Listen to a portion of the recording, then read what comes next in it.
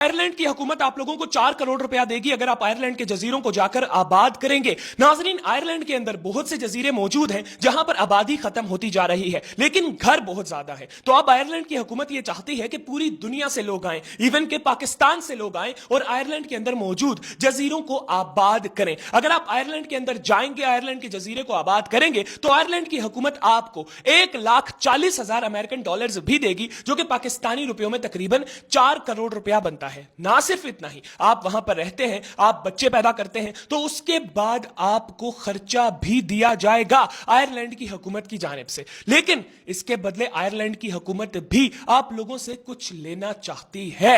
पहले आप लोगों को यह बता दूं कि अगर आपने डिटेल में इस चीज के ऊपर इंफॉर्मेशन जाननी है तो आपको गूगल के ऊपर जाना पड़ेगा। गूगल के ऊपर जाकर सर्च कीजिए रीड इन्फोस, READINFOS।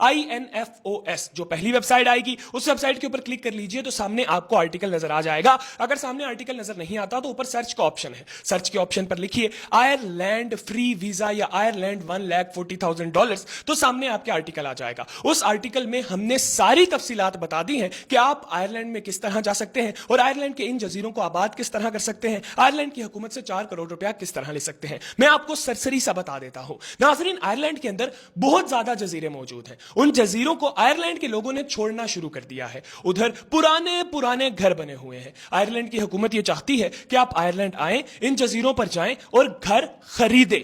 घर खरीदेंगे तो आपको आयरलैंड की हुकूमत 4 करोड़ रुपया देगी ताकि आप उस घर को रीइनोवेट कर सके, दोबारा से नया बना सके। और जरूरी होगा कि आपने उधर रहना भी है। अगर आप ना रहे, पैसे लेके आपने बोला कि नहीं जी अब मैं पाकिस्तान वापस चलता हूं, तो आपसे पैसे वापस भी लिए जाएंगे। इसके साथ ही मुझे दीजिए इजाजत। अल्लाह हाफिज।